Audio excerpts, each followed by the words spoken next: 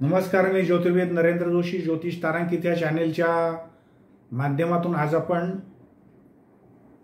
धनुराशीचं राशीफल पाहणार आहोत। एकंदरीतच धनुराशीला मार्च 2024 हा महिना कसा जाईल या अंतर्गत राशीफल पाहणार आहोत।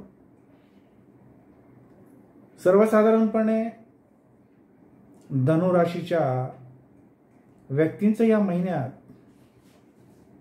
आत्मविश्वास वाढणार आहे, अभिमान वाटेल अशी कामगिरी त्यांच्याकडून होणार आहे।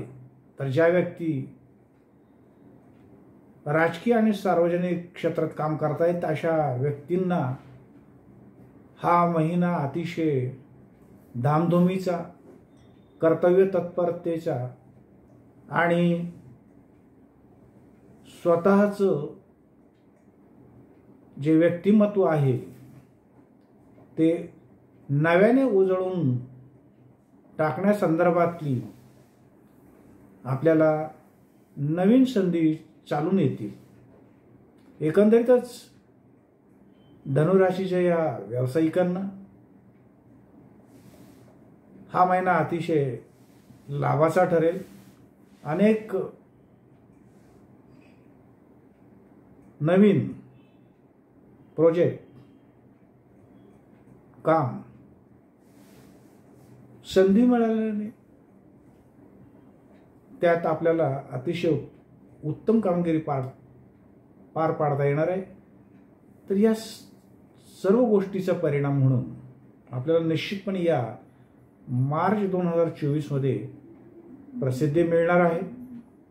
त्याचप्रमाणे ज्या व्यक्ती या नोकरीच्या संदर्भातून मुलाखतीच्या द्वारे नोकरीच्या खटपटीत अतिशय व्यस्त होते, त्यांना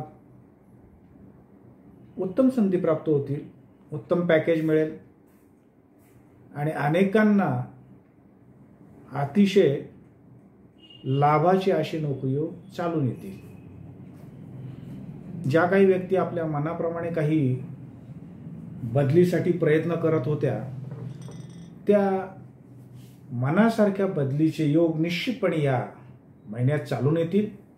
धनुराशीच्या व्यक्तींना एकंदरीतच आरोग्यविषयक पोटाच्या तक्रारीपासून जरा सावध राहावं लागणार आहे। त्याचप्रमाणे एकंदरीतच धनुराशीच्या काही जणांचे योग हे परदेश गमनाचे चालून येतील।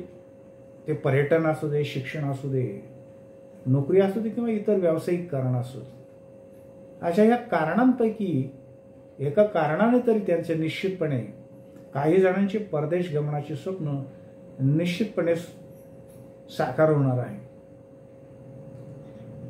स्त्री वर्गाला हा अतिशय महिना धामधुमीचा जाणार आहे। तर विद्यार्थी वर्ग या महिन्यात अतिशय व्यस्त आणि त्यांच्या मनाप्रमाणे सगळं गोष्टी घडत गेल्याने अभ्यासाची लय सापडल्याने त्याचप्रमाणे केलेला अभ्यास हा अतिशय